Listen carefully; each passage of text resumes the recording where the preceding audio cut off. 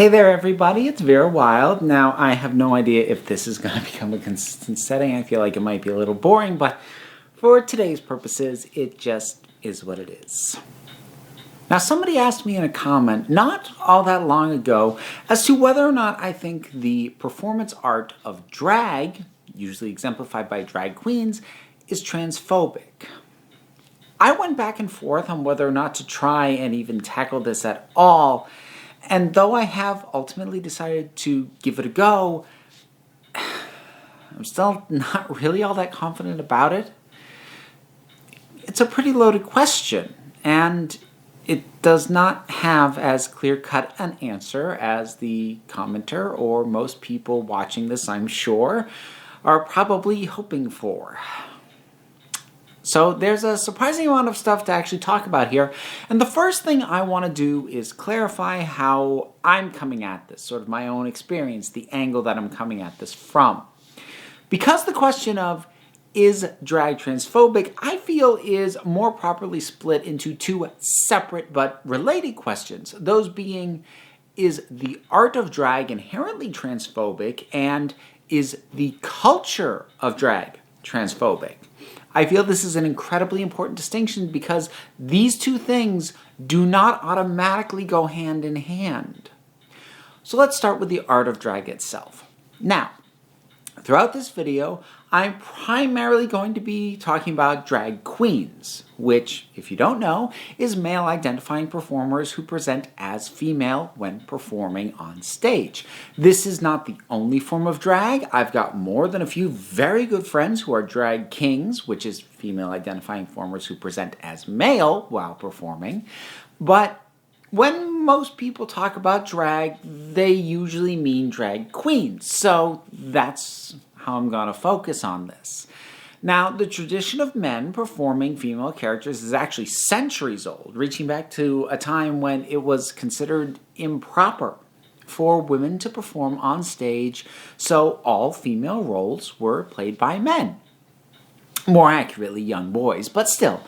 Now, around the turn of the 20th century, there were the traditions of pantomime dames in Europe and similar forms of drag in the US as part of minstrel shows and then later on vaudeville. And while I couldn't pin down a specific start for the big hair, big makeup, diva personality combination that most of us think of when we now think of drag, it does look like that didn't start to seep into mainstream culture, at least, until around the 1970s. That was the decade that saw the release of things like the Birdcage, well, whatever the French version of that. I can't speak French, and I don't want to butcher it. So the 90s movie The Birdcage. The original French version was from the 70s. Also Pink Flamingos. And there was the Rocky Horror Picture Show, which may not be considered to be proper drag, but it certainly helped usher a greater visibility for gender bending as performance art. So the one thing I can feel absolutely confident in saying is that drag as an art form is not transphobic by design or intent from a historical origin perspective. To be so would require the desire to undermine or belittle the trans populace, but this is an art that grew out of a reality of the times and eventually evolved pretty independently of Western culture's understanding of transgender people at all. So while I can't speak to the intent of any or all individual performers, the art as a whole was never intended to be transphobic. That, of course, doesn't mean that it can't be, but it does give us a starting place. So setting original intent and how we got here aside, can modern-day drag as an art form, as we now understand it, can that be said to be transphobic regardless of the origins of the art? Now this gets a little murkier because there's certainly an element of extreme camp and exaggeration involved in most drag personas and performances, but if it's aimed at anything, it could be said to be a mockery of femininity in the broadest possible sense. Most drag queens take what have been traditionally considered to be uniquely feminine traits such as makeup and concerns about one's appearance in general and just amp them up to absurd levels. That's why the hair's so big, the makeup's so extreme, the nails are so long, and the curves are so staggering. It is a camp interpretation of the superficial traits of womanhood. And there are certainly people out there who would find that uncomfortable or problematic. But as I said, it's about femininity, not transgenderism. The relation between drag as an art form and the transgender populace is a coincidental one, because both involve a member of one gender transitioning to another. For a drag queen, it's only for the period of a night's performance. For trans women, it's ideally for the rest of their lives. But one is not influenced or informed by the other. The problem is that some people, often ones from outside of both these communities, at least in my experience, use drag queens as a point of reference when discussing or trying to understand, or more often belittle, trans women. And while that's extremely unhelpful at best, it's also not the fault of drag as an art form. So, for my own part, at least, I don't believe that the art of drag is inherently transphobic by its nature.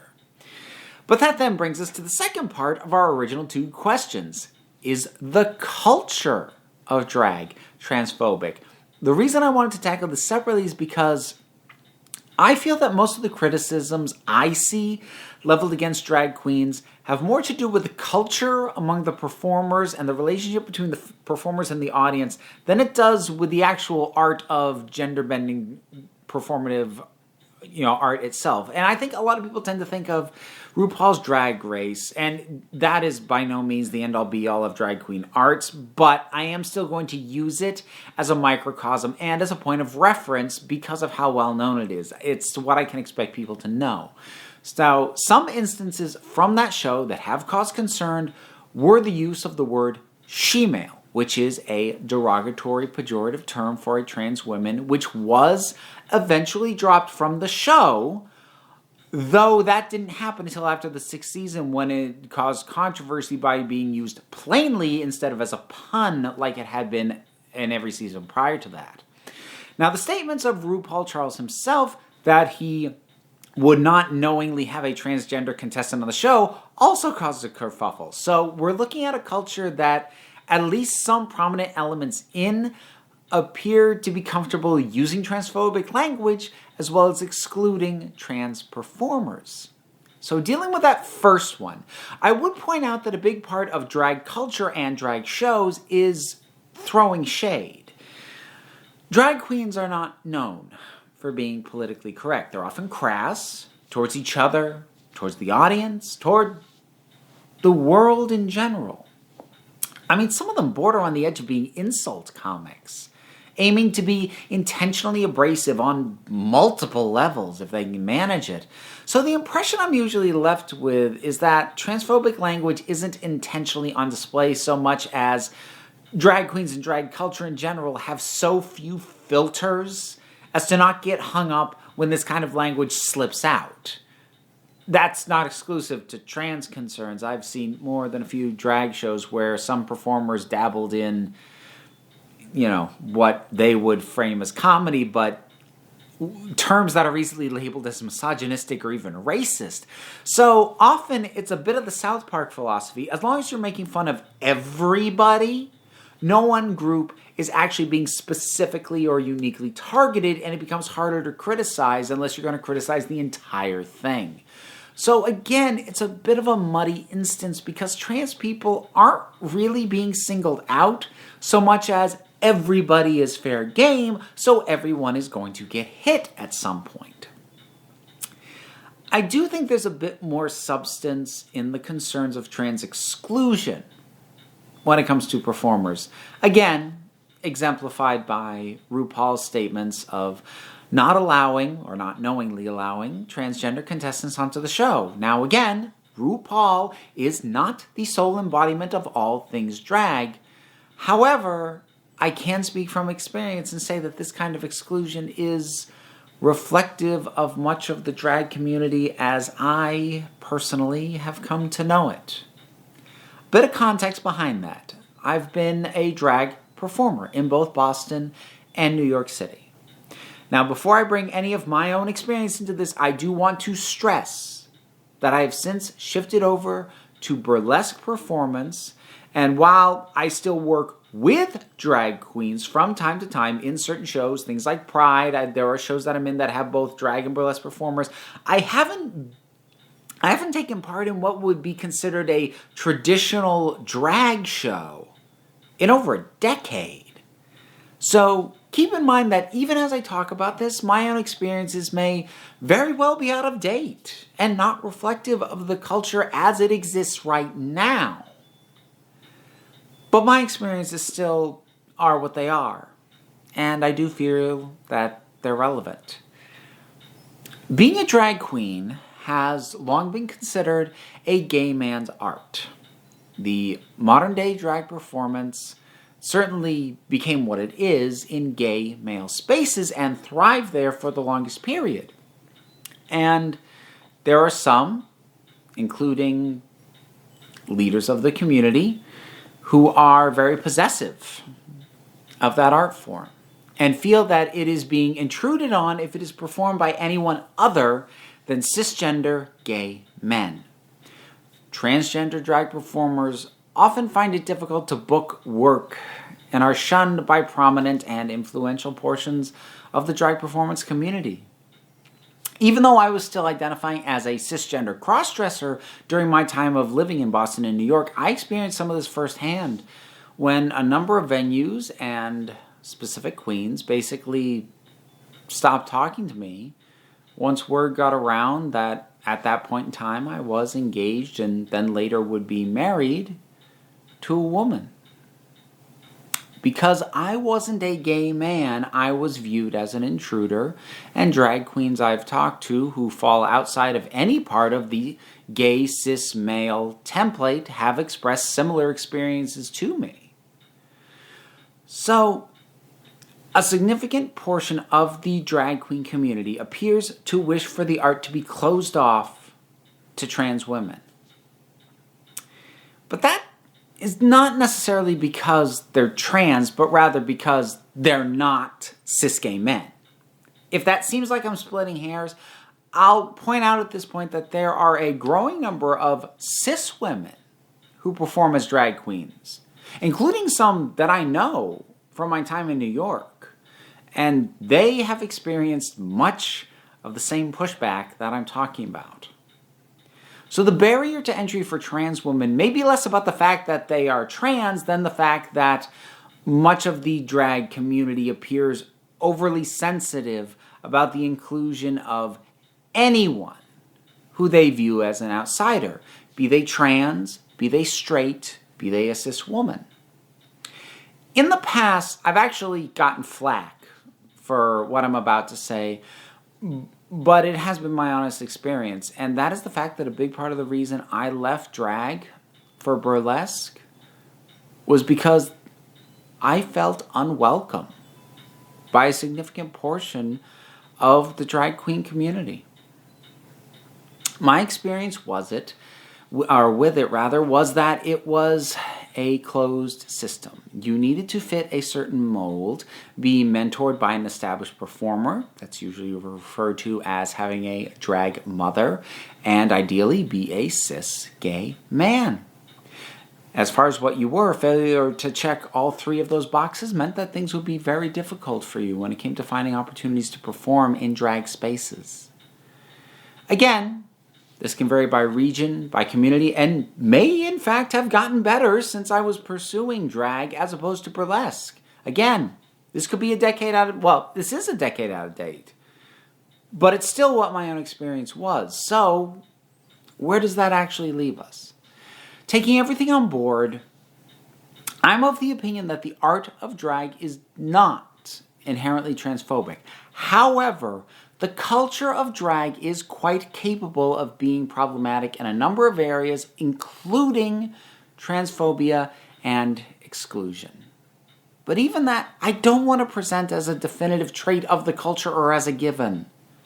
For a quick and dirty comparison, I think asking, is drag transphobic, is akin to asking, are video games violent?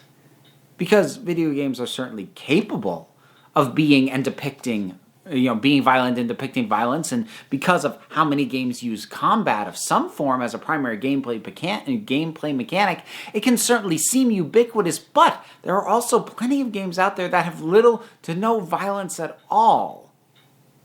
They're just not the current mainstream image of what a video game is.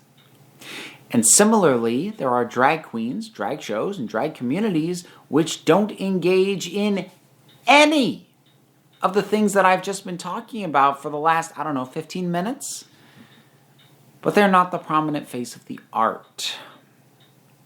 And the most prominent faces are currently the problematic ones. And when something is a niche art like this, the mainstream understanding comes from those select sources. And there we go.